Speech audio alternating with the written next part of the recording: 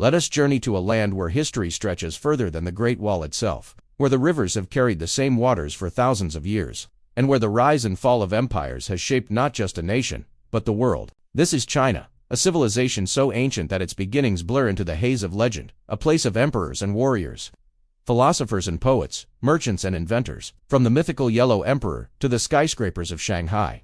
China's story is a tapestry woven from triumph and tragedy, innovation and invasion, unity and division. It is a saga where dynasties rise like the morning sun and fall like autumn leaves, where the clash of armies echoes through mountain passes, and where the wisdom of sages can outlast the sharpest sword. But China is not just the sum of its empires. It is an idea, an enduring civilization that survived when others crumbled into dust. And so, we begin our journey, across 5,000 years of history, along rivers that never stop flowing, through cities that have risen from ashes, again and again, into palaces where whispers shape the fate of millions. This is the entire history of China, from dynasties to superpower. In the far reaches of antiquity, before there were walls or written words, before the concept of China existed in any mind, scattered tribes roamed the fertile valleys of the Yellow River, a ribbon of life that twisted through the cradle of East Asia, feeding the earliest farmers and giving rise to myths that still breathe in the Chinese imagination. Among them, the tale of the Yellow Emperor, Huangdi, a sage king, said to have taught his people how to build shelters, tame animals, and wage war with the bow, who stood at the border between legend and history, a figure whose shadow stretches across millennia. It is from this misty dawn that the first Chinese dynasty is said to emerge.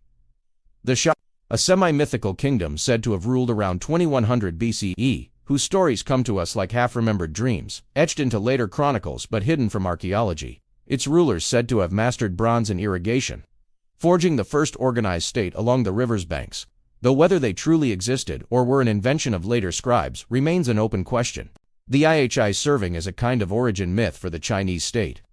But then comes the Shang, the first dynasty to step out of the fog and into the firm light of history.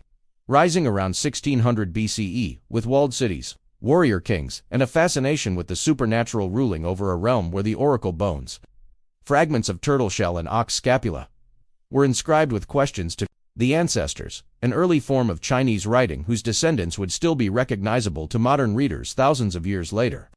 The Shang lords presiding over elaborate rituals, commanding chariots pulled by horses, and forging bronze weapons of exquisite craftsmanship, their cities becoming centers of power and religious ceremony. Yet, as with all dynasties in China's long story, the Shang's reign was not eternal, and around 1046 BCE, they fell to the Zhou, a people from the west who claimed the mandate of heaven, a divine right to rule that would become one of the most enduring political concepts in Chinese history, justifying not only their rise, but the fall of every dynasty to come for. If an emperor governed with virtue, heaven's favor ensured prosperity and peace. But if corruption, disaster, and rebellion spread, it was a sign that heaven had withdrawn its blessing, and the ruler's time had come. Under the Zhou, China expanded in territory and complexity with a feudal system that saw powerful lords ruling their own lands in exchange for loyalty to the king. But over centuries this structure began to fray as regional states grew in ambition and power, setting the stage for an age of fierce rivalry and philosophical flowering, an age where swords and scrolls would shape the fate of the realm. The Zhou dynasty, though, once the proud bearer of the mandate of heaven, had by the 5th century BCE become a hollow shadow of its former self, its king reduced to a figurehead, presiding over a land he could no longer control. China fractured into rival territories, each ruled by ambitious warlords, whose loyalty to the Zhou court existed only in name, and the realm descended into an age historians call the Warring States period, a time when diplomacy was a temporary pause between battles and alliances shifted like the wind across the endless plains. The states of Qi, Ka, Yan, Han, Zhao, Wei, and Qin dominated the political map, each with its own armies, strategies, and cultural traditions, each determined to survive in a world where hesitation meant annihilation. It was an era of siege warfare, of walls rising high around cities, of generals plotting night marches and river crossings to catch their enemies unawares. Yet it was also a time of profound intellectual ferment as chaos sharpened the human mind. Confucius, living in the early part of this era, taught the virtues of morality, proper conduct, and respect for one's elders, his students carrying his philosophy into the courts of kings. Laozi, the quiet sage of Taoism, spoke of harmony with nature and the futility of striving against the flow of the world. Sun Tzu, a general and strategist, distilled the art of war into a philosophy that turned cunning, deception, and discipline into the tools of survival. his words echoing far beyond China for millennia to come. But among all these competing powers, one state seemed an unlikely contender for dominance: Qin, a rugged western kingdom bordered by mountains and harsh lands. It had long been dismissed as a frontier outpost, its people hardened by isolation and constant threats from nomadic raiders. Yet from this hardship came resilience, and from its rulers came reforms that would change China forever. Under the guidance of the ruthless and brilliant Chancellor Xiangyang in the 4th century BCE, Qin abandoned the old feudal aristocracy and built a merit-based bureaucracy that rewarded ability over birthright. Farmers who worked hard were granted land, soldiers who showed courage were promoted regardless of lineage, and law became an unyielding weapon wielded equally against noble and commoner alike. This legalist system was harsh, but it was efficient, and it transformed Qin into a disciplined war machine. While the other states bled themselves in endless rivalries, Qin struck with cold precision. Its armies, clad in mass-produced armor and armed with standardized weapons, moved like an unstoppable tide. One by one, the rival states fell. Han in 230 BCE, Zhao in 228, Yan in 226, Wei in 225, Kachu in 223, and finally, Qi in 221. For the first time in history, all the warring lands were united under one ruler. King Zhang of Qin, who now proclaimed himself Qin Shi Huang, the first emperor of China. His ambition was not merely to rule, but to bind the realm into a single, indivisible entity. He ordered the standardization of weights, measures, coinage, and even the width of cart axles, so that roads could be perfectly aligned across the empire. Written language, once fragmented into regional scripts, was unified so merchants from the southern rivers to the northern steppes could trade without confusion. He built vast networks of roads and canals, enabling his armies and officials to travel swiftly to every corner of his domain. Perhaps his most iconic undertaking was the Great Wall, not the wall we see today, but a massive defensive line linking and expanding earlier fortifications to guard against the fierce nomads of the steppe. Tens of thousands of laborers toiled in brutal conditions, and countless lives were lost in the process, their bones buried beneath the packed earth. Qin Shi Huang's reign was marked by both awe-inspiring achievements and chilling oppression. His legalist rule demanded absolute obedience, and dissent was crushed without mercy. In an infamous act, he ordered the burning of books that contradicted his ideology and the execution of scholars who dared to question him, believing that unity of thought was as important as unity of territory. Yet behind the armor of his authority lay a mortal man obsessed with the idea of immortality. He dispatched expeditions to distant seas in search of mythical islands, said to hold the secret to eternal life. He consumed alchemical elixirs laced with mercury, a poison that slowly eroded his health. In 210 BCE, while traveling through the eastern provinces, death finally claimed the man who sought to conquer it. His body was returned to the capital in secrecy, his death concealed to prevent unrest. Beneath the earth, outside the city of Xianyang, he was laid to rest in one of the most extraordinary tombs ever constructed. A sprawling underground city, guarded by thousands of life-size clay soldiers, each uniquely crafted with distinct faces, hairstyles, and armor. The Terracotta Army, as we call them today, stands in eternal silence, a testament to the emperor's vision and ego. Yet for all his accomplishments, the Qin dynasty he built collapsed within just a few years of his passing. Undone by the very harshness that had once forged its power, still, Qin Shi Huang left an unshakable legacy. The concept of a single China, united under one central authority, a vision that would shape the nation for over 2,000 years. The collapse of the Qin dynasty in 206 BCE left China fractured once again, but its memory lingered like the echo of a great drumbeat. The Qin had been brutal, yes, but they had also demonstrated something no one could forget: the possibility of a united empire. When the dust of rebellion settled, it was a man of humble origins, a former peasant and minor officer named Liu Bang, who emerged victorious from the struggle for power. In the ancient world, birth often dictated destiny. But Liu Bang's rise defied those rules, and the people saw in him a ruler who understood their hardships. In 202 BCE, he proclaimed himself Emperor Gaozu, founding the Han Dynasty, a name that would become so deeply woven into Chinese identity that even today, the majority ethnic group in China call themselves the Han people. Gaozu's approach to governance was gentler than that of Qin Shi Huang, while he kept many of the Qin's administrative innovations, such as a centralized bureaucracy and standardized laws. He tempered them with Confucian ideals that emphasized moral leadership, harmony, and the well-being of the people. It was as though the iron fist of Qin had been wrapped in a silk glove. The early Han emperors worked to rebuild the empire's strength, repairing war-torn lands and restoring trust between ruler and subject. Taxes were reduced, punishments softened, and fields once abandoned in the chaos were tilled again. bringing grain back to market stalls and stability back to village life. This balance of centralized control with humane governance proved a winning formula, and the Han entered a golden age. But it was under Emperor Wu, who reigned from 141 to 87 BCE, that the dynasty reached the height of its power and ambition. Known as Han Wudi, the martial emperor, he was a man of restless energy and grand visions. He expanded China's borders farther than any ruler before him, sending armies into the Korean peninsula, pushing deep into what is now Vietnam, and securing the western frontiers against the fierce Xiongnu nomads who roamed the steppes. The campaigns against the Xiongnu were costly and grueling, fought in the harsh landscapes of deserts and mountains, but they had an unintended consequence. They opened the door to lands and peoples far beyond China's traditional horizon. It was through these western frontiers that China's most famous trade route began to take shape. The Silk Road. At first it was not a single road, but a network of caravan trails and oases stretching thousands of miles through deserts, grasslands, and mountain passes. From the imperial capital at Chang'an, traders set out with bolts of shimmering silk, lacquerware, paper, and fine ceramics, venturing westward into the unknown. In return, came horses of unmatched speed from the Fergana Valley, glassware from the Mediterranean, gemstones from India, and spices whose scents were entirely foreign to the Chinese palate. Along with goods came ideas. New religions, like Buddhism, which would eventually take deep root in Chinese soil, and artistic influences that enriched Han culture. Life along the Silk Road was not for the faint of heart. Caravans faced scorching heat in the Taklamakan Desert, bitter cold in the Pamir Mountains, and the ever-present threat of bandits. Yet the rewards were immense, and the Han government protected these trade routes fiercely, knowing they were lifelines of wealth and prestige. In time, the Silk Road became not just a highway of commerce, but a bridge between civilizations, linking China to a vast and interconnected world. Within the empire, prosperity flowed. Han artisans perfected their craft, creating delicate porcelain, intricate bronzework, and lifelike sculptures.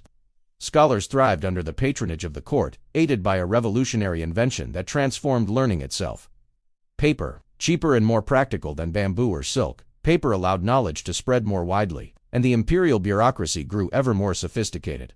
Civil service examinations, though still limited to the elite, began to take root, laying the foundation for a merit-based system that would endure for centuries. Han society itself was a finely balanced hierarchy. At the top stood the emperor, believed to rule by the mandate of heaven. Below him were nobles and officials, scholars and landowners, then the vast population of farmers who fed the nation. Merchants, though essential to trade, were ranked low in the social order, reflecting Confucian suspicion of profit-seeking. Yet in the bustling markets of Chang'an and Luoyang, merchants thrived nonetheless, their stalls brimming with goods from distant lands. The Han were also master builders. They extended the Great Wall to defend their northern borders, constructed massive granaries to guard against famine, and dug canals that tied the empire's river systems together, allowing grain from the fertile south to feed the populous north. Science and technology flourished.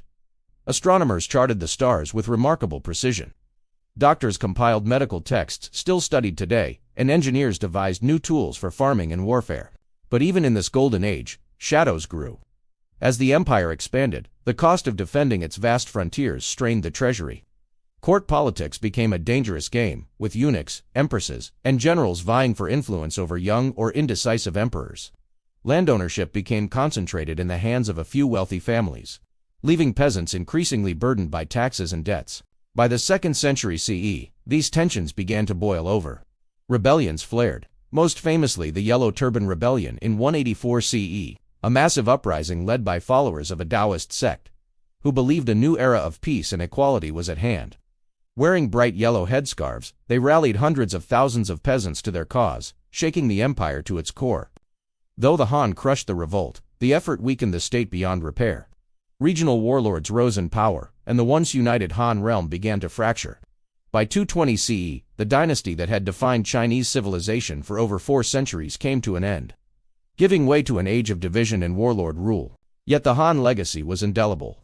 The institutions they built, the culture they nurtured, and the connections they forged through the Silk Road left a mark so deep that even centuries later China's people would still look back to the Han as a golden standard of unity and greatness. When the Han dynasty finally collapsed in 220 CE, it wasn't a sudden event, like a building crumbling in a single crash. It was more like the slow breaking of ice in spring, cracks spreading silently for years before the final fracture. By the end, the imperial court had lost its authority. The emperor was little more than a figurehead, and the real power rested in the hands of regional warlords, who commanded armies loyal only to themselves. The end of the Han gave birth to one of the most turbulent and romanticized periods in Chinese history. The era of the Three Kingdoms. It was a time of warlords and generals, shifting alliances, and brilliant strategies. The country splintered into three rival states: Wei in the north, ruled by the ambitious warlord Cao Cao and his heirs; Shu in the southwest, led by the idealistic Liu Bei; and Wu in the southeast, governed by the shrewd Sun Quan. The struggles between these kingdoms have been immortalized in the epic historical novel Romance of the Three Kingdoms. Written over 1,000 years later, it transformed these historical figures into near-mythical heroes. The cunning strategist Zhuge Liang, the fearsome general Guan Yu, the steadfast Zhang Fei. In popular imagination, this was a chivalrous age, where loyalty and honor often outweighed personal gain. But the reality was harsher. Battles were brutal, famine was widespread, and for ordinary people, survival was the only goal. The warlords were more than just military leaders. They were political architects. Each built their own administrative systems, issued their own coinage, and tried to win the loyalty of the people by restoring some measure of order in their territories. Yet the constant warfare drained resources and left the land scarred. The countryside was littered with abandoned villages, fields overgrown with weeds, and rivers running red after battles. One of the most famous episodes of the period was the Battle of Red Cliffs in 208 CE. Cao Cao, the most powerful warlord of the north, sought to conquer the southern lands controlled by Sun Quan and Liu Bei. He assembled a massive army, reportedly numbering hundreds of thousands, and a great fleet to sail down the Yangtze River.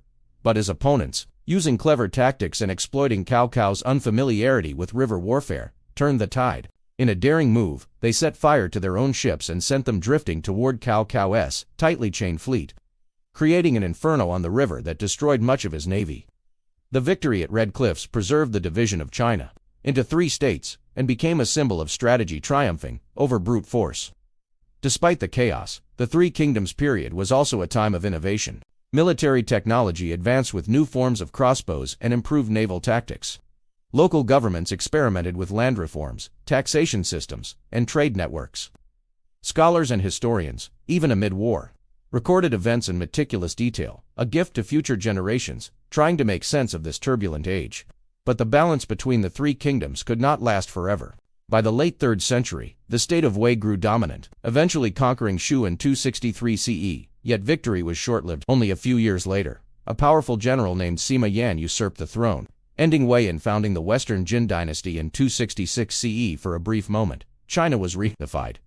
The Jin, however, were built on fragile foundations.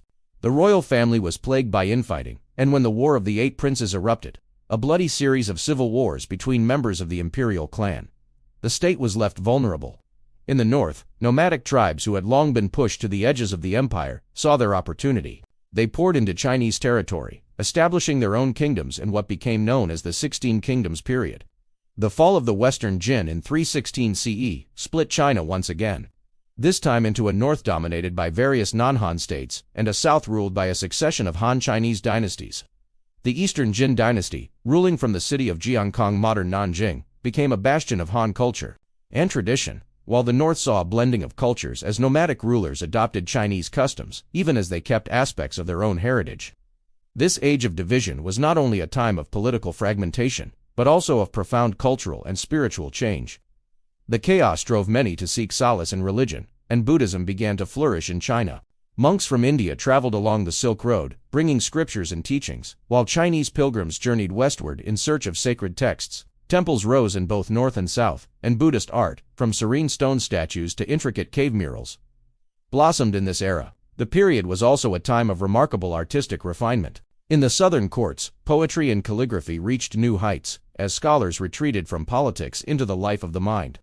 The famous 7 sages of the Bamboo Grove embodied this spirit, a group of poets and thinkers who rejected courtly life in favor of music, conversation, and philosophical reflection in nature. Yet for all its cultural achievements, the age of division was marked by instability. Dynasties in the south rose and fell with dizzying speed, often overthrown by palace coups or rival warlords. In the north, kingdoms founded by nomadic tribes frequently clashed with each other, while struggling to hold together populations of diverse ethnic backgrounds. And yet, through it all, the idea of a unified China never died. The memory of the Han's golden age lingered like an ember, waiting to be fanned back into flame. That opportunity would come in the 6th century, when a new power emerged from the north, the Sui dynasty, ready to reunite the fractured realm and set China on the path to another era of greatness. If you'd like, I can now continue directly into Chapter 5. The Sui and Tangs, Rebirth of Empire. Keeping this long-form, narrative-driven style, that's where things start to get really colorful.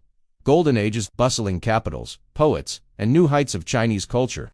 By the late 6th century, China had been fractured for nearly 400 years. Dynasties had risen and fallen like waves on a restless sea. Kingdoms had come and gone, and countless warlords had fought over the land. Yet beneath the surface, the memory of unity still burned. The people longed for an end to the chaos, for a ruler who could knit the country back together and restore the dignity of the empire. That figure would emerge, not from the south, where the eastern Qin and its successor states had clung to tradition, but from the rugged, windswept north. In 581 CE, a powerful general named Yang Jan seized control of the northern Zhou dynasty and proclaimed himself emperor of the Sui dynasty. Yang Jan was a man of vision and iron will. He understood that unifying China would require more than just armies. It would demand administrative reform, economic recovery, and a sense of shared identity. His army swept southward, and by 589 CE, the Sui had conquered the last southern dynasty, the Chen, ending centuries of division. For the first time since the fall of the Han, China was whole again. The Sui dynasty was short-lived, lasting just under 40 years, but its impact was enormous. Emperor Wen and his son, Emperor Yang, undertook massive projects to knit the empire together. The most famous was the Grand Canal, an engineering marvel stretching over 1,000 miles, linking the fertile rice fields of the south to the political heartland in the north. This canal not only boosted trade, but also allowed grain to be shipped efficiently to feed the population of the northern capitals. Even today, parts of it are still in use. The Sui also reformed the legal code, standardized weights and measures, and strengthened the civil service examination system, a merit-based process for selecting officials, rooted in Confucian ideals. But their ambition had a darker side. Emperor Yang's relentless campaigns against Korea drained the treasury and exhausted the people, while his lavish palace projects strained the labor force. Discontent boiled over into rebellion, and by 618 CE, the dynasty collapsed. From the ashes of the Sui rose one of the most celebrated dynasties in Chinese history. The Tangs, founded by Li Yuan, a former Sui general. The Tang dynasty would preside over an age so prosperous and culturally vibrant that later generations looked back on it as a golden age. The Tang capital, Chang'an modern Shan, became the largest and most cosmopolitan city in the world. Its streets bustled with merchants from across Asia. Persians, Arabs, Indians, Koreans, and Japanese all walked its avenues. Silk, spices, glassware, and precious stones changed hands in busy markets. Poets and scholars gathered in tea-houses, debating philosophy and reciting verses late into the night. Temples dedicated to Confucianism, Taoism, and Buddhism stood side by side, reflecting an age of religious tolerance and cultural exchange. Under the Tangs, the Silk Road reached new heights, carrying not just goods, but ideas. Buddhist monks from India brought new scriptures and teachings, while Chinese innovations such as paper and printing began to travel westward. Tangs China also extended its influence through military campaigns, asserting control over parts of Central Asia, Korea, and Vietnam. The Tangs era was also a time of extraordinary artistic and literary achievement. Poetry flourished, with masters like Li Bai and Du Fu crafting verses that are still cherished today. Painters captured landscapes with delicate brushwork, while artisans produced exquisite ceramics and metalwork. Music and dance from foreign lands found their way into the imperial court, blending with native traditions to create a rich cultural tapestry. The dynasty's openness and prosperity reached a symbolic peak under Empress Wu Zetian, the only woman to rule China in her own name. Rising from the position of a concubine, Wu proved a capable and ambitious ruler, expanding the empire's borders, strengthening the civil service exams, and promoting Buddhism as a state religion. Her reign remains controversial. Accused of ruthlessness by her detractors, celebrated for her effectiveness by others. But it stands as a testament to the Tang's dynamism. Yet, even golden ages are not immune to shadows. The Tang's military expansion and lavish spending strained resources. In 755 CE, the An Lushan rebellion erupted, led by a powerful general who turned against the court. It was one of the deadliest conflicts in history, claiming tens of millions of lives and devastating the empire. Though the Tangs recovered politically, it never fully regained its earlier dominance. In the following decades, regional military governors, known as Jadushi, grew increasingly independent, weakening central authority. The once unified empire began to fray at the edges. By 907 CE, the Tang dynasty had fallen, giving way to another period of fragmentation known as the Five Dynasties and 10 Kingdoms. Still, the Tang left an enduring legacy. It was an age when China stood at the heart of a global network, when art and poetry flourished, and when the dream of a cultured, cosmopolitan empire seemed almost within reach. Later dynasties would measure themselves against the Tang standard, striving to capture even a fraction of its brilliance. When the mighty Tang dynasty finally crumbled in 907 CE, China fell once again into political disunity. For more than 50 years, a patchwork of small kingdoms and short-lived dynasties vied for dominance in what historians call the Five Dynasties and 10 Kingdoms period. It was a time of warlords, shifting alliances, and fleeting thrones. Yet beneath the chaos, the seeds of a new and remarkable age were taking root. By 960 CE, one man would gather those seeds and plant them into a new order. His name was Zhao Quangyuan, a former general with both military skill and political cunning. Rising through the ranks of the later Zhou dynasty, Zhao seized power in a bloodless coup and declared the founding of the Song dynasty. The Song rulers were determined to avoid the military dominance of regional warlords that had doomed previous dynasties. They placed the power of the state firmly in the hands of civilian officials, chosen through the refined imperial examination system. This meant that, for perhaps the first time in Chinese history, talented scholars from even modest backgrounds could rise to the highest offices purely on merit, provided they could master the demanding Confucian classics. The Song dynasty also marked one of the most inventive and intellectually vibrant periods in Chinese history. This was the age when printing technology spread widely, making books more accessible than ever before. Education flourished, literacy rates climbed, and new ideas circulated at a pace unseen in previous centuries. Technological innovation reached dazzling heights. The Song perfected the use of gunpowder for warfare, first in crude fire lances and bombs, later, in more sophisticated weapons. They revolutionized navigation with the magnetic compass, allowing Chinese merchant ships to sail across open seas with confidence. They developed advanced shipbuilding techniques, producing vessels with watertight bulkheads and stern-post rudders, centuries ahead of much of the world.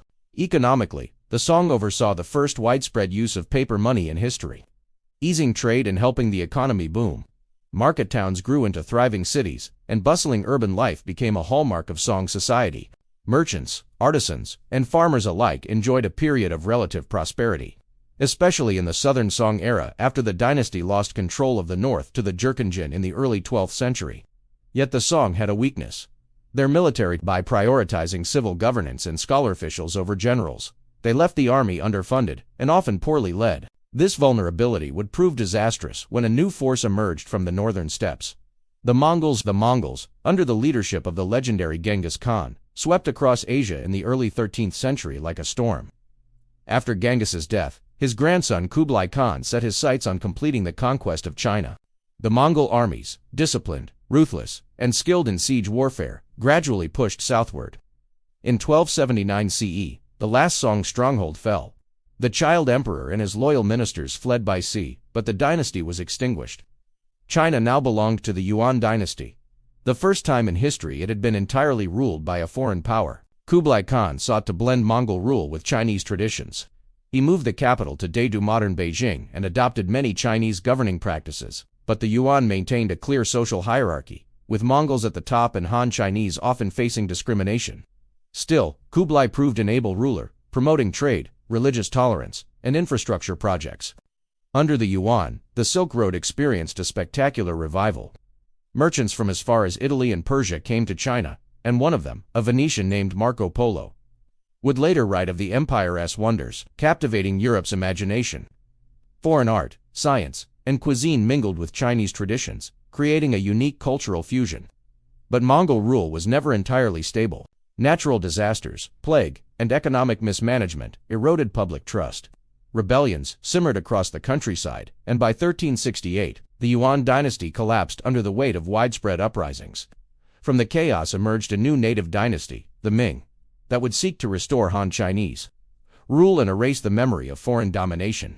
The Song and Yuan periods together represent a fascinating duality in China's history, an age of extraordinary innovation, global connection, and cultural exchange, shadowed by political fragility and the specter of foreign conquest. The fall of the Ming in 1644 did not immediately hand China to the Manchus on a silver platter. Far from it, the Manchus, a semi-nomadic people from the northeast, who had unified under the leadership of the Isenjoro clan, were cunning strategists who had spent decades positioning themselves for this moment. They had adopted many Chinese customs, employed defected Ming officials, and built alliances through both force and diplomacy. When the rebel army of Li Zixing toppled the Ming in Beijing, it was the Ming's own general, Wu Songui, who opened the gates of the Great Wall at Shanhai Pass to the Manchus, allowing them to march in and restore order. Once inside, they swiftly eliminated the rebels, proclaimed the start of the Qing dynasty, and began the long process of consolidating their rule over a fractured empire. Early Qing emperors were both conquerors and consolidators. The Shunzi emperor, who took the throne as a child, ruled under regency until his untimely death, after which the throne passed to his young son, the Kangxi emperor. Kangxi would prove to be one of China's greatest rulers, presiding over a period of expansion, stability, and cultural flourishing that would come to define the early Qing. His reign saw the suppression of the Three Feudatories Rebellion, the incorporation of Taiwan into the empire, and the subjugation of Mongolia and Tibet. A man of keen intellect, Kangxi personally studied mathematics, astronomy, and Western science, with Jesuit missionaries at court, blending curiosity with pragmatism. His successor, the young Zheng emperor, was less flamboyant, but ruthlessly efficient. He tightened administrative control, reformed taxation, and cracked down on corruption, ensuring the imperial machine ran smoothly. Then came young Zheng's son, the Qianlong emperor, whose reign marked the Qing dynasty's territorial zenith. Under Qianlong, the Qing Empire reached deep into Central Asia, extending its borders to encompass vast new lands and diverse peoples. This was the age when the Middle Kingdom truly believed itself to be at the center of the world. Economically, militarily, and culturally, the court was a dazzling spectacle of art, poetry, and ceremony. Qianlong himself was a prolific poet and patron of the arts, commissioning enormous cultural projects like the Saiku Quanshu, an immense compilation of Chinese literature. Yet even in this apparent golden age, cracks were forming. The empire's size made governance unwieldy. Frontier wars drained resources, and Qianlong's later years were marred by corruption, particularly the influence of the powerful and notoriously corrupt courtier, Hessian. Beneath the glittering surface, social tensions simmered. The population had exploded, placing immense strain on the land and resources, and local officials struggled to maintain order. The Qing's rigid social hierarchy and insistence on preserving the Manchu way also created friction with their Han Chinese subjects, who made up the vast majority of the population. In foreign affairs, the Qing clung to the tributary system, viewing other nations as vassals rather than equals, a worldview that would soon prove disastrously outdated. When the British envoy, Lord Macartney, arrived in 1793 seeking to expand trade relations, he was politely but firmly rebuffed by Qianlong, who famously declared that China possessed all it needed and had no use for foreign goods. It was a statement that would come to haunt the empire. By the early 19th century, the king's confidence began to collide headlong with Western imperial ambitions. The British East India Company, frustrated by the trade imbalance caused by Chinese tea exports, began flooding China with opium, leading to widespread addiction and social devastation. The king's attempts to suppress the trade triggered the First Opium War, 1839–1842, a humiliating defeat that resulted in the Treaty of Nanjing, the first of many unequal treaties that ceded territory, opened ports, and undermined China's sovereignty. The once mighty Qing, still ruling the largest empire in the world, now found itself facing an entirely new kind of threat: industrialized, technologically advanced powers that did not play by the old rules of diplomacy. These external pressures were compounded by internal crises. Rebellions erupted across the empire, none more devastating than the Taiping Rebellion, 1852–1864, a cataclysmic civil war led by a messianic figure claiming to be the brother of Jesus Christ. Tens of millions died in the fighting, which ravaged the economy and further weakened the dynasty. By the mid-19th century, the Qing dynasty's story had shifted from one of confident expansion to one of desperate survival. The once great empire, at the height of its cultural and territorial power under Kangxi and Qianlong, now stood on the brink of an era of humiliation and upheaval that would test its very existence. By the mid-19th century, the Qing dynasty's proud facade had been shattered. The Opium Wars had exposed not only military weakness, but also a fatal unwillingness to adapt to a rapidly changing world. The Treaty of Nanjing in 1842 was just the beginning. Over the next decades, a cascade of humiliating unequal treaties carved away China's sovereignty piece by piece. Foreign powers gained extraterritorial rights, seized control of trade ports, and even took entire regions: Hong Kong to the British, Taiwan to the Japanese, and spheres of influence to Germany, France, and Russia. Inside China, the emperor's grip was loosening. The Taiping Rebellion, which raged from 1850 to 1864, was more than just a civil war. It was a social earthquake. Led by Hong Xiuquan, a man who claimed to be the younger brother of Jesus Christ, the Taiping movement promised a utopian society free of Qing corruption, Confucian hierarchy, and opium addiction. It became one of the bloodiest conflicts in human history, costing an estimated 20 to 30 million lives. Even when the Qing finally crushed the rebellion, they did so with heavy reliance on regional armies rather than the imperial military, further weakening central authority. The decades that followed were a grim parade of crises. The Second Opium War, 1856 to 1860, brought more foreign intrusion, with British and French troops marching into Beijing, looting the Summer Palace, and forcing the emperor into yet another round of humiliating concessions. The Qing court, desperate to modernize but deeply divided over how, launched the self-strengthening movement in the 1860s, an effort to import Western technology and industry while preserving Confucian traditions. They built shipyards, arsenals, and schools, but reform was piecemeal and undermined by conservative officials who feared Western influence would erode the dynasty's cultural foundations. This half-hearted modernization left China in a dangerous limbo, neither truly traditional nor fully modern.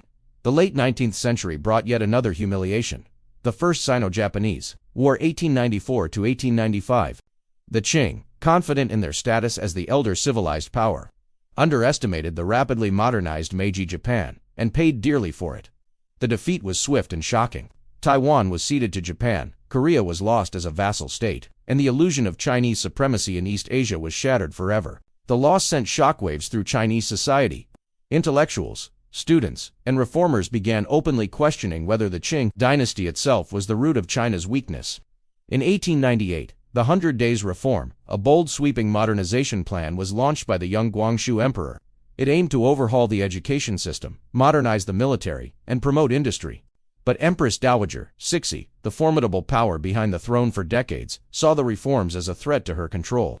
In a swift coup, she placed the emperor under house arrest, executed or exiled leading reformers, and froze the empire's modernization once again. This set the stage for the Boxer Rebellion of 1899 to 1901, a violent anti-foreign uprising fueled by both xenophobia and desperation. The Boxers, a secret society of martial artists, believed they could drive out Westerners through spiritual power and sheer force. The Qing court, at first hesitant, eventually threw its support behind them. The result was catastrophic. An 8-nation alliance of foreign powers crushed the uprising, occupied Beijing, and imposed the Boxer Protocol, which demanded enormous indemnities and allowed foreign troops to remain on Chinese soil. By the dawn of the 20th century, the Qing dynasty was a hollow shell. The imperial treasury was drained, the countryside was restless, and reformist and revolutionary movements were spreading rapidly. Overseas Chinese communities, particularly those in Southeast Asia and the United States, became hotbeds of revolutionary thought, inspired by figures like Sun Yat-sen. Sun envisioned a modern, republican China built on the principles of nationalism, democracy, and people's livelihood, a radical departure from millennia of imperial rule. In 1911, a seemingly small incident, an accidental explosion at a revolutionary arms cache in Wuchang, sparked the Xinhai Revolution. What began as a local mutiny quickly snowballed into a nationwide uprising.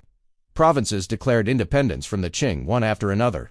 The imperial court, exhausted and leaderless after the death of Empress Dowager Cixi, and the Guangxu emperor, just 3 years earlier, had little ability to resist.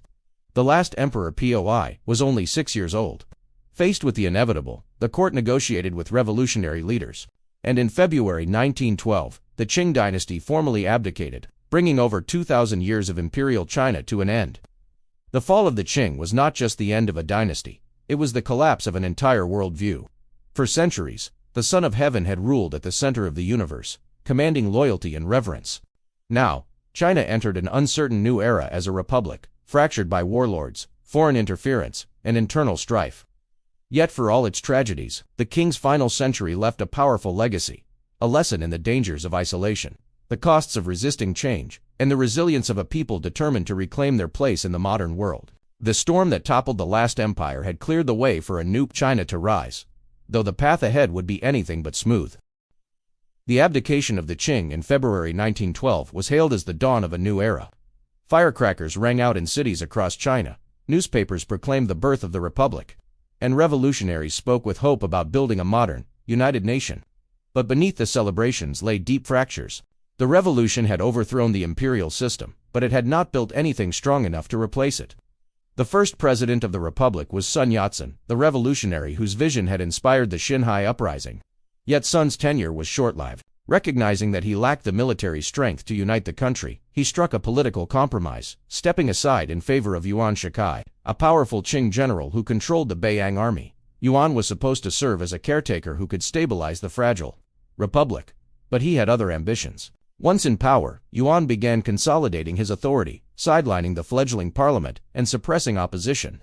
His rule became increasingly autocratic, and in 1915, he took the ultimate step, declaring himself emperor of a new Chinese empire.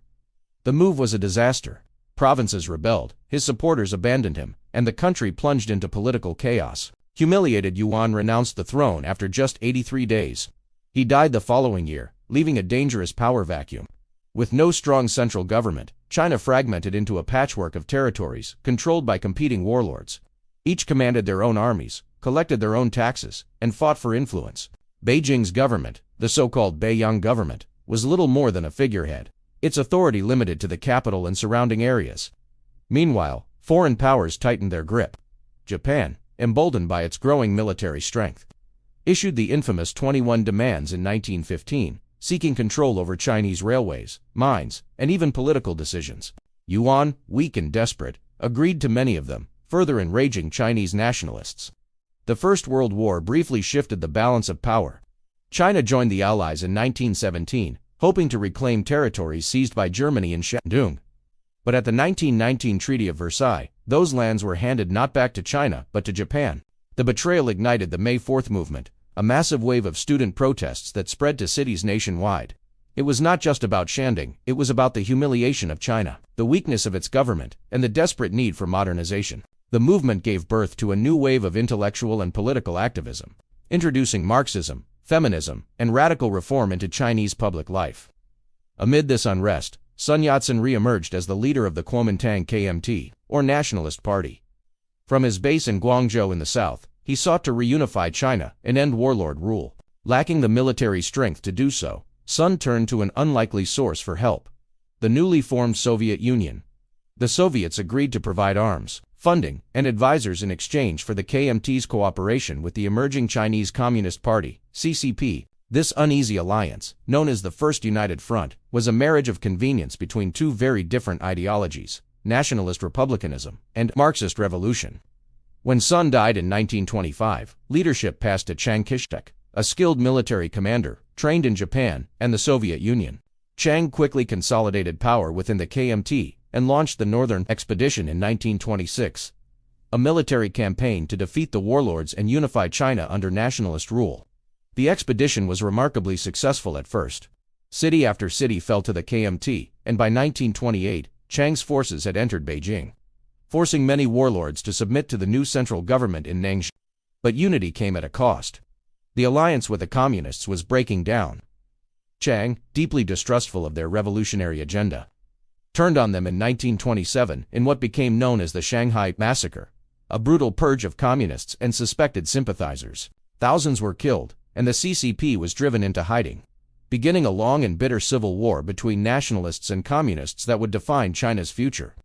By the early 1930s, the Republic of China under Chiang controlled much of the country, but its hold was fragile. Warlords still wielded power in remote provinces. Corruption plagued the bureaucracy, and Japanese aggression was escalating.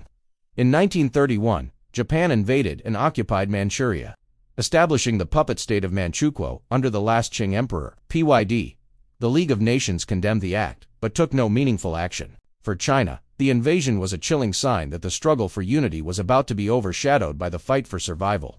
The dream of the 1911 revolution, a strong, modern, united China, had not been realized. Instead, the young republic stood on the brink of another great trial, one that would test its endurance in the face of foreign invasion, internal division, and the grinding realities of war.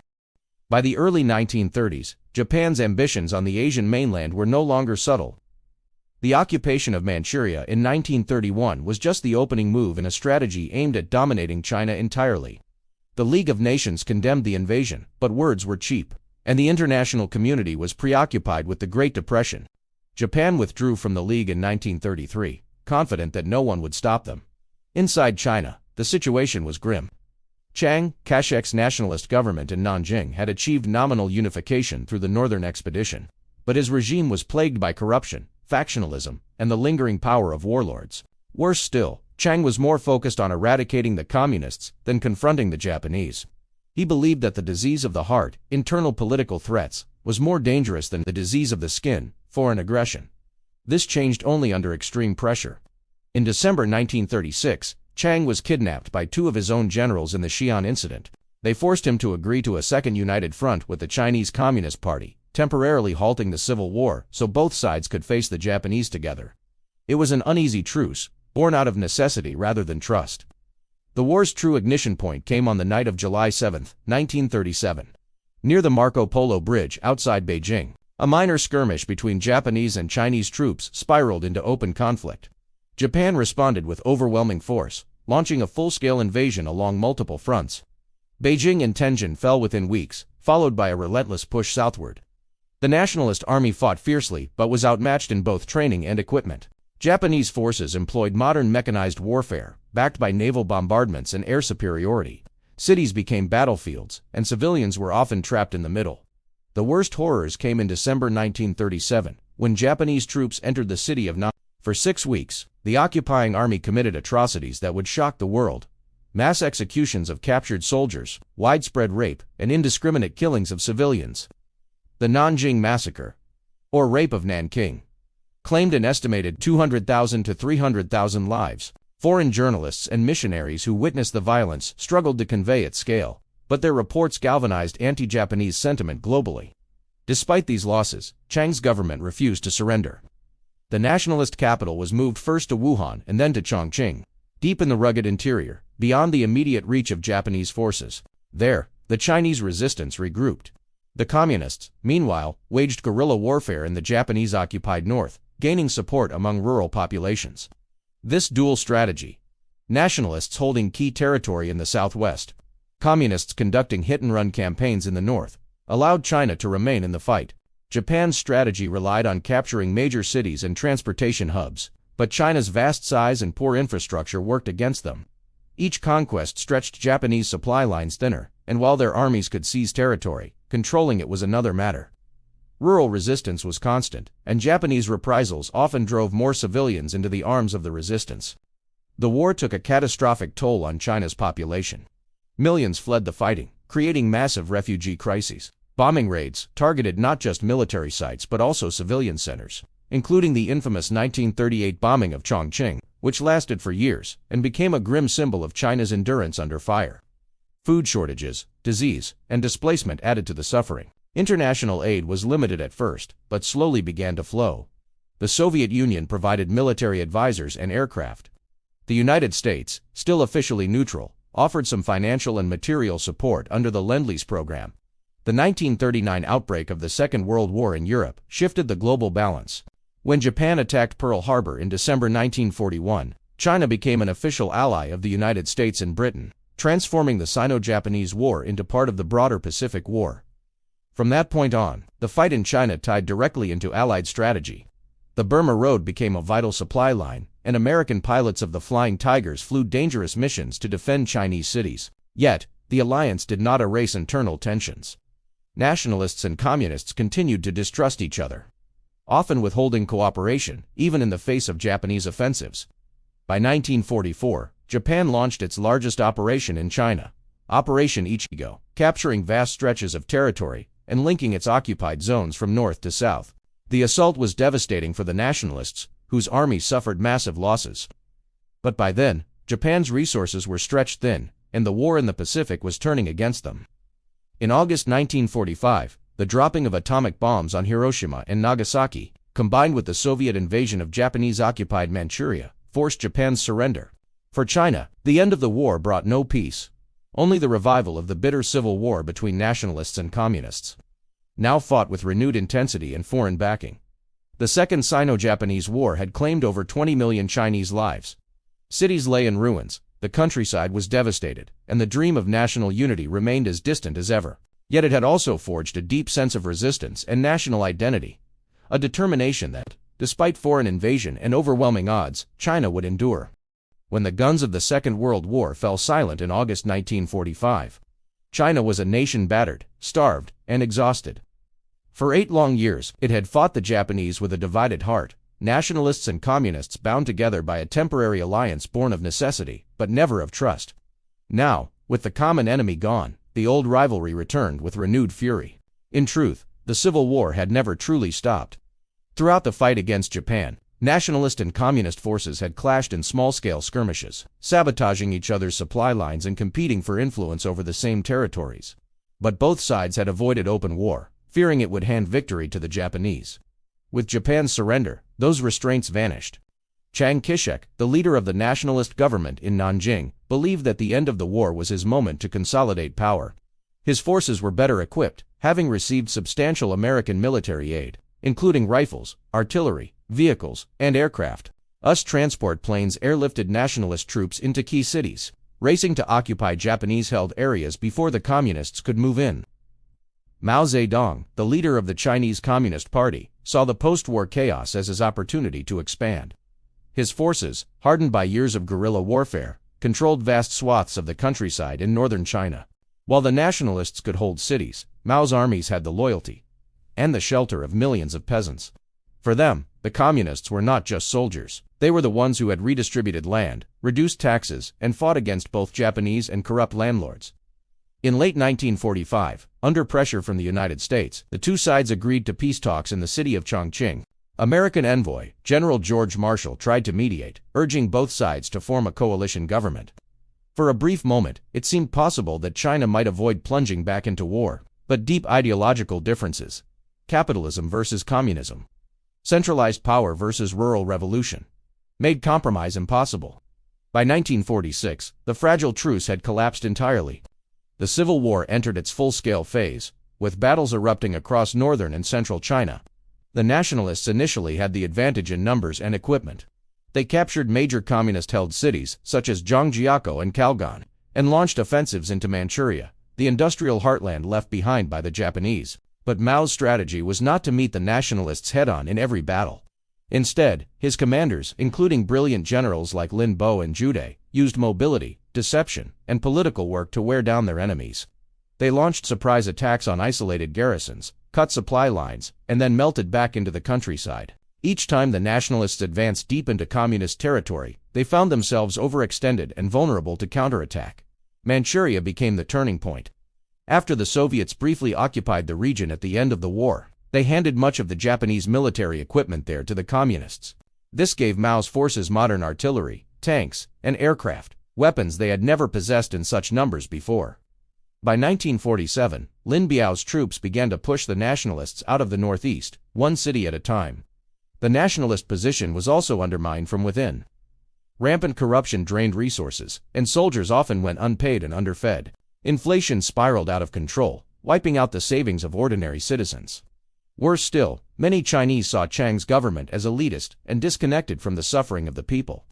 In rural areas, communist land reforms won hearts and minds, while nationalist forces alienated villagers through heavy taxation and forced conscription.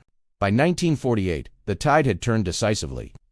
3 massive campaigns sealed the fate of the nationalists. The Liaoshan campaign in Manchuria crushed nationalist forces in the northeast, giving the communists control of the region's industry and railways.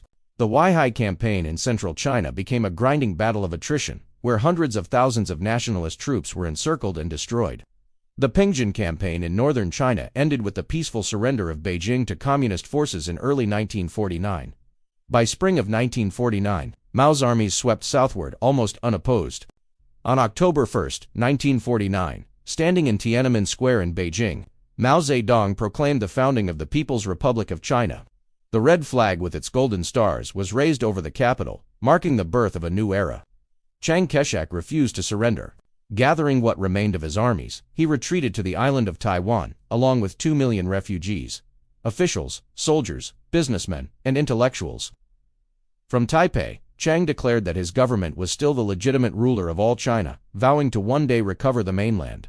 The victory of the communists was one of the most dramatic political shifts of the 20th century. In just 4 years, Mao had transformed a rural guerrilla movement into the ruling power of the world's most populous nation. but the price had been staggering. Millions dead, cities in ruins, and a land still scarred by decades of war. And yet, for many, in 1949, there was a feeling that China's century of humiliation, the long era of foreign domination and internal chaos, might finally be over. The People's Republic promised unity, strength, and a new social order. But whether it would bring freedom or simply another kind of authoritarian rule was a question history had yet to answer. When Mao Zedong proclaimed the founding of the People's Republic of China in October 1949, the new nation was still fragile. Its infrastructure lay in ruins from years of Japanese occupation and civil war. Its people were weary, hungry, and poor. Yet only a year after its birth, China would find itself drawn into a massive international conflict, one that would pit its soldiers directly against the most powerful nation on earth, the United States. The battleground was the Korean Peninsula. Divided at the 38th parallel after World War II, Korea had become a pawn in the emerging Cold War. The North, under Kim Il-sung, was supported by the Soviet Union and embraced a communist system. The South, led by Syngman Rhee, was backed by the United States and other Western allies. Both leaders dreamed of unifying Korea under their own rule. On June 25, 1950, North Korean forces, armed with Soviet tanks and artillery, surged across the 38th parallel. They quickly overran much of the South, capturing Seoul within days.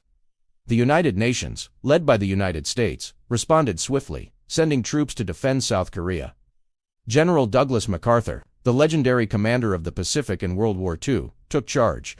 At first, the war seemed destined for a quick North Korean victory. UN forces were pushed back to a small perimeter around the port city of Pusan, but in September 1950, MacArthur launched a daring amphibious landing at Incheon, far behind enemy lines.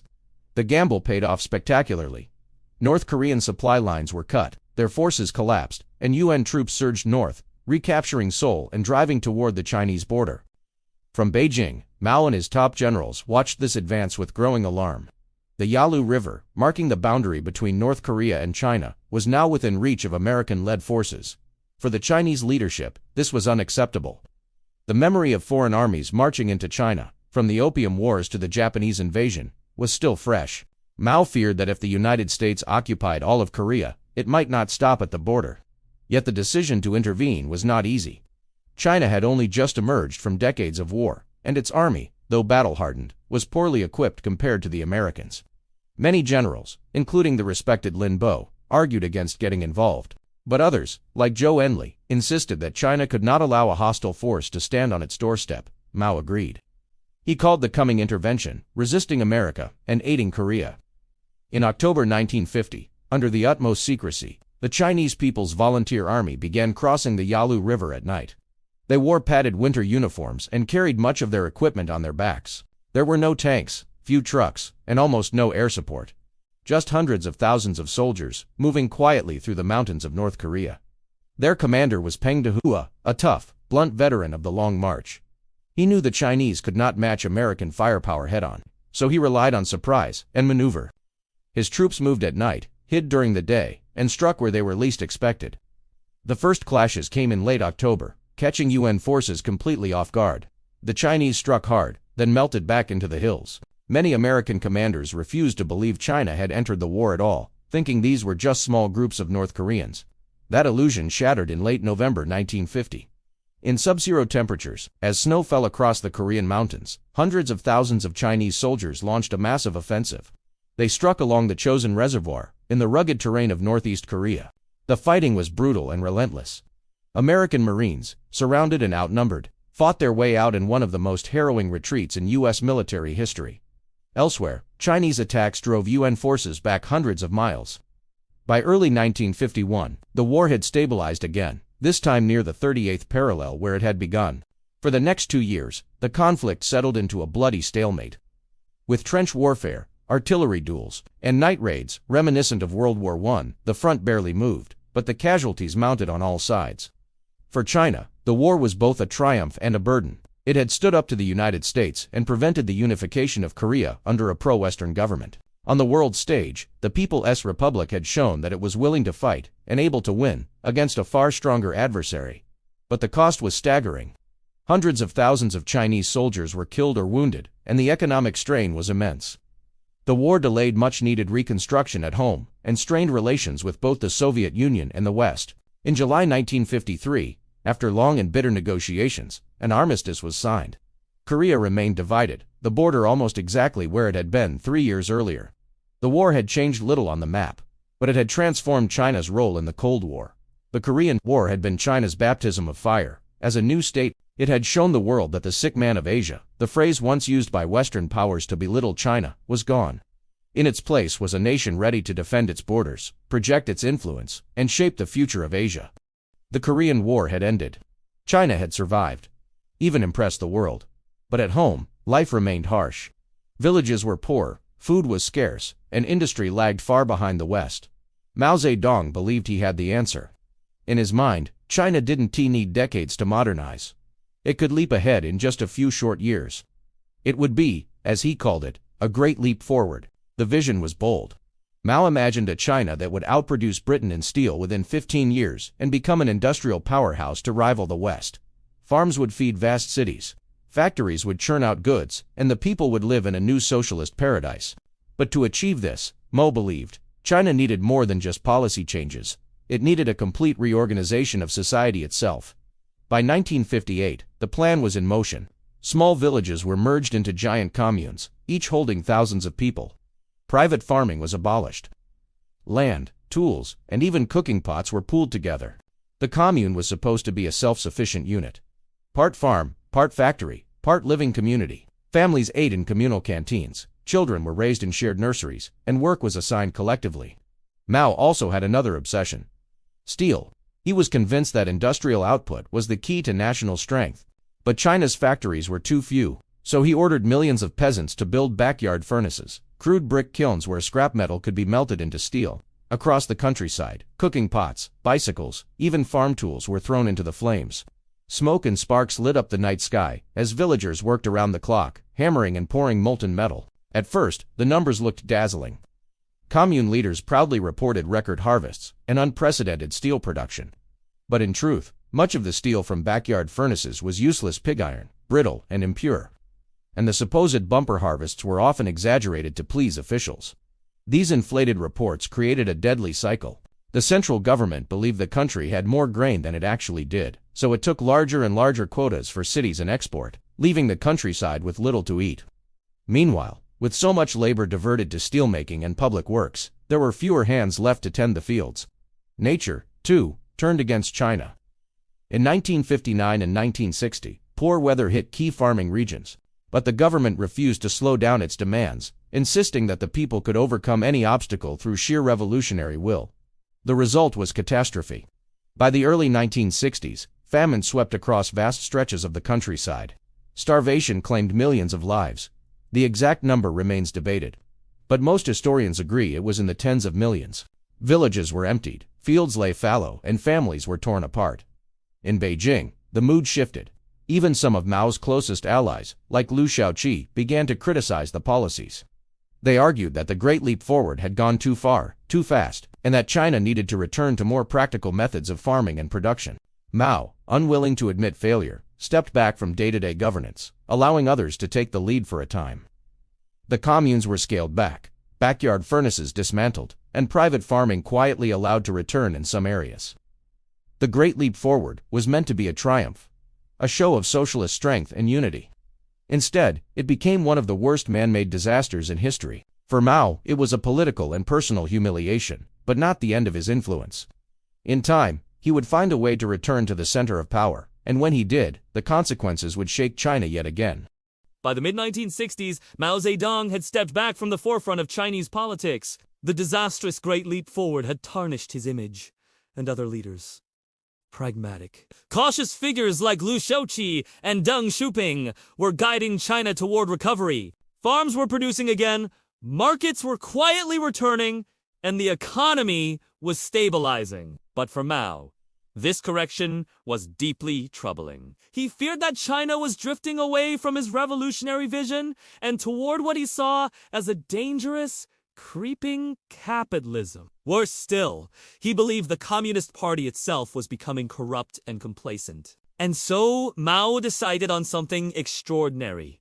He would launch a political movement not just to restore his own power, but to reshape the soul of China. He called it the Great Proletarian Cultural Revolution. It began in 1966, almost like a whisper. University students and young activists were encouraged to question, even attack, the old ideas, old culture, old customs, and old habits that Mao said were holding China back. He urged them to rise against anyone, teachers, local officials, even party leaders, who represented these old ways. Mao's message resonated deeply with the youth. Millions of them saw themselves not just as students, but as warriors in a new battle to purify the revolution. They called themselves the Red Guards. The Red Guards were easy to recognize. They wore military-style green uniforms, armbands with bright red characters, and carried copies of Mao's Little Red Book, a collection of his quotations treated almost like scripture. They filled the streets with rallies and marches, chanting revolutionary slogans and waving red flags. At first, their targets were symbols of China's past: Confucian temples, ancient monuments, books, and art. But soon, the revolution turned inward against people. Teachers were dragged from classrooms, denounced, and humiliated in public struggle sessions. Officials were paraded through the streets wearing dunce caps, their heads bowed as crowds jeered. Intellectuals, artists, and scientists were branded as counter-revolutionary. Families turned on one another. Old friendships dissolved in suspicion. The air was thick with fear. A careless word, an old photograph, or even a family heirloom could lead to accusations of disloyalty. For Mao, this chaos was not a flaw, but a feature. The Cultural Revolution gave him direct influence over the youth, bypassing the cautious bureaucracy that had sidelined him. But it also allowed him to remove political rivals. Leaders like Liu Shaoxi and Deng Xiaoping were denounced, stripped of their positions, and in Louis' case, left to die under harsh conditions. By 1967, China was in turmoil. Factories stopped, schools closed, and transportation networks broke down. Rival Red Guard factions began fighting each other, sometimes with real weapons. The People's Liberation Army was called in to restore order, but even the army was split between loyalty to different factions. In 1969, Mao declared the Cultural Revolution a success, but it was far from over. For years, purges and political campaigns continued. Millions of urban youths were sent to the countryside and up to the mountains, and down to the countryside movement, where they were told to learn from the peasants. Many never returned to their old lives. The toll of the Cultural Revolution was immense.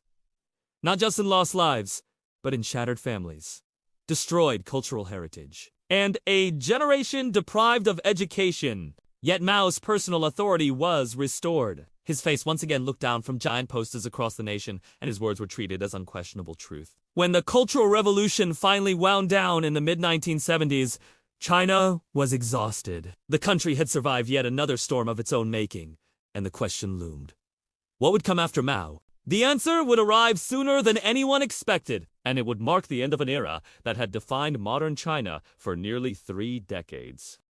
By the mid-1970s, Mao Zedong was a shadow of the revolutionary titan he had once been. Decades of political struggle, advancing age, and illness had taken their toll. His once booming voice had softened to a hoarse rasp, and he spent much of his time in seclusion, surrounded by loyal aides and members of his inner circle. China, too, was weary. A decade of cultural revolution had left the economy crippled, schools shuttered, and the people exhausted by constant campaigns and political purges. Yet in Mao's final years, the power struggles within the Communist Party only intensified. 2 rival factions emerged.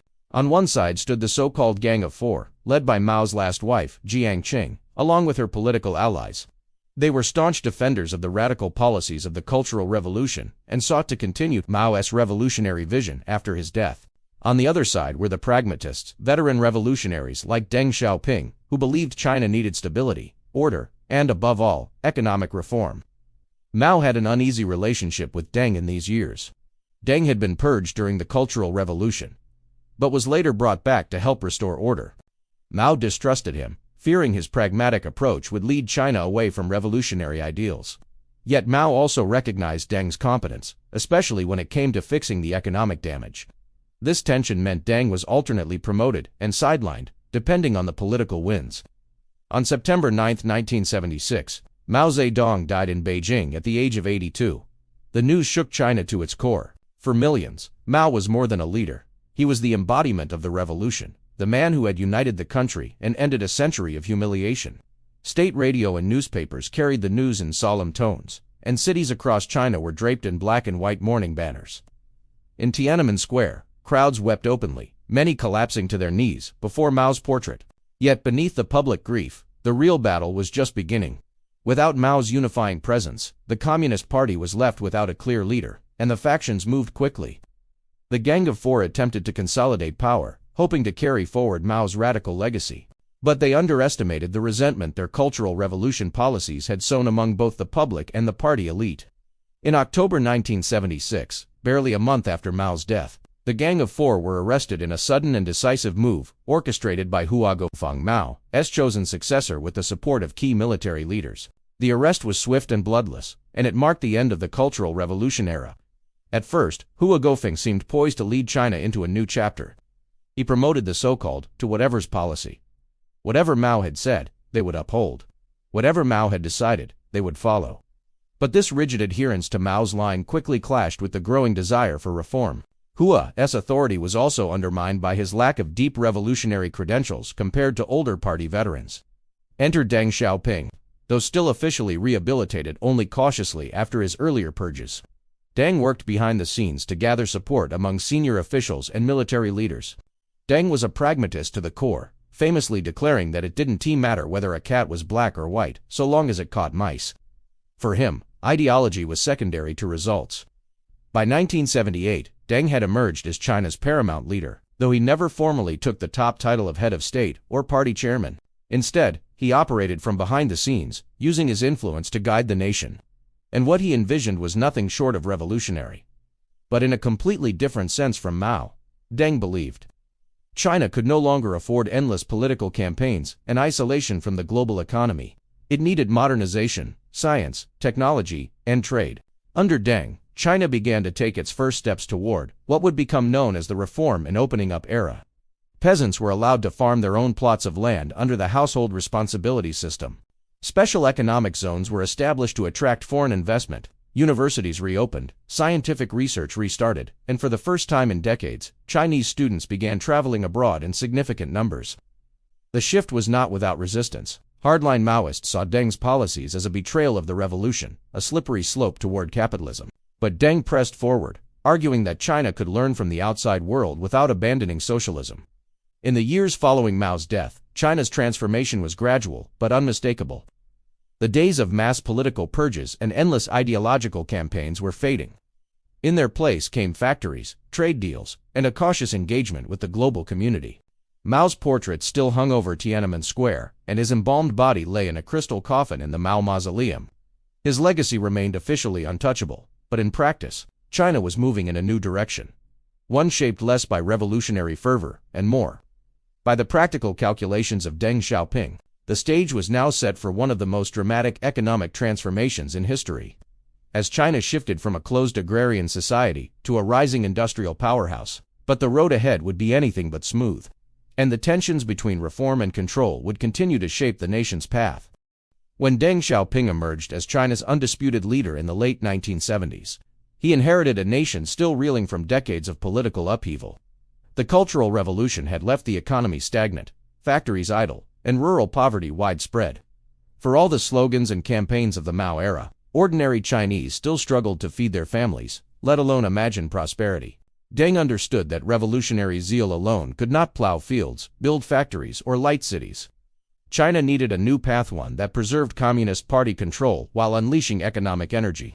Thus began the policy of reform and opening up, a pragmatic shift that would transform the nation. Change started in the countryside with the household responsibility system, allowing farming families to manage their own plots, meet state quotas, and sell surplus produce. Agricultural output soared, rural incomes rose, and hope returned to villages. In the cities, Deng took a bolder gamble, creating special economic zones in places like Shenzhen, Zhuhai, and Xiamen. Small pockets where foreign investment, tax breaks, and looser regulations encouraged capitalist experimentation. Shenzhen, once a fishing village, erupted into a booming industrial hub, symbolizing China's re-entry into the global economy. State-owned enterprises were granted more autonomy, profits could be retained, and the iron rice bowl of guaranteed lifetime employment began to crack, replaced by competition and incentives. For everyday people, this meant more choices markets, selling colorful clothes and fresh produce, televisions in living rooms, bicycles giving way to motorbikes and private cars, and access to pop music, foreign films, and international sports. Universities reopened, and thousands of young scholars went abroad to learn science, engineering, and business, returning to fuel modernization.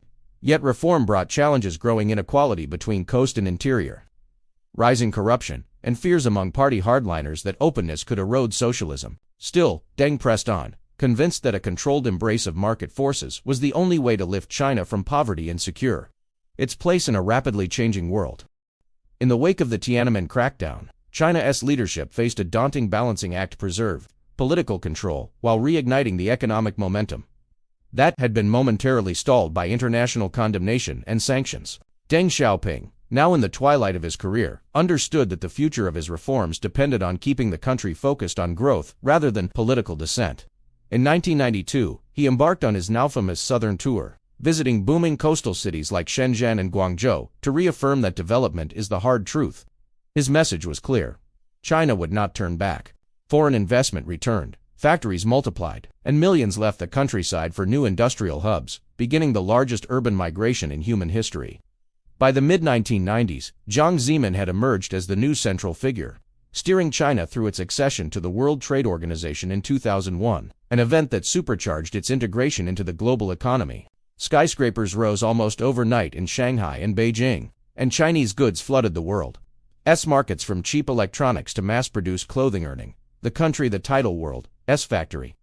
At the same time, a growing middle class began to form. While technology firms and internet cafes hinted at a future beyond smokestacks and assembly lines, yet the party kept a firm grip on political discourse, using censorship, surveillance, and carefully managed nationalism to maintain unity. In 2008, Beijing hosted the Summer Olympics, an extravaganza that dazzled the world and showcased a confident, modern China. But the global financial crisis soon tested that confidence, and China responded with massive stimulus spending that kept growth roaring even as Western economies faltered. Under Hu Jintao's steady but cautious leadership, the country continued its ascent, investing heavily in infrastructure, high-speed rail, and emerging technologies. However, corruption scandals and growing social inequalities began to stir discontent beneath the surface. By 2012, Xi Jinping took the helm, promising a China dream of national rejuvenation. His tenure would mark a new chapter, centralizing power to a degree unseen since Mao, launching sweeping anti-corruption campaigns, expanding China's global influence through the Belt and Road Initiative, and tightening domestic controls with cutting-edge surveillance and internet restrictions. Economically, China moved from being just the workshop of the world to a technological powerhouse, leading in 5G, renewable energy, and AI development. Yet, challenges loomed. A slowing economy, tensions in Hong Kong, rising friction with the United States, and questions over the country's demographic future. And then came 2020, COVID-19 erupted in Wuhan, forcing unprecedented lockdowns and pushing China into the center of global debate. The years that followed saw China reopening to the world while navigating a shifting geopolitical landscape. Its leaders determined to position it not just as a participant in global affairs, but as a shaping force for the century to come. From the chaos of dynastic collapse to the might of a modern superpower, China's journey over the past century has been nothing short of seismic, a transformation so vast that those who lived in the China of 1925 could scarcely comprehend the nation of 2025. What began as a fractured land ravaged by warlords, foreign occupation, and ideological battles became, through decades of relentless change, a unified state whose voice now echoes across every major global forum. The communist victory in 1949 set the stage for a turbulent experiment in socialist construction. From the zeal of the Great Leap Forward to the turmoil of the Cultural Revolution, until the post-1978 reforms unleashed an economic engine unmatched in human history. Entire cities rose from fishing villages in a single generation. Highways and high-speed railways stitched together a once isolated land, and 1 billion people moved toward a standard of living once reserved for the world's wealthy. Yet, this rise came with contradictions: rapid modernization alongside strict political control, world-leading technological achievements paired with environmental challenges, and growing global influence, shadowed by complex rivalries. Under Xi Jinping, China has sought not just prosperity, but a reshaping of the international order, presenting itself as a civilization state with its own vision for the future. It has poured resources into space exploration, renewable energy, and advanced research while expanding its reach through infrastructure projects spanning continents. At home, the leadership promotes a narrative of historical destiny, one where centuries of humiliation have been replaced by a new era of strength. But the road ahead remains uncertain. Economic headwinds, demographic decline, and an increasingly multipolar world will test the durability of China's rise. Still, for over 1.4 billion people, the China dream remains a powerful force, the belief that their nation, forged in struggle, tested by upheaval, and remade by ambition, can stand not just among the great powers of the world, but at their very center, shaping the century to come.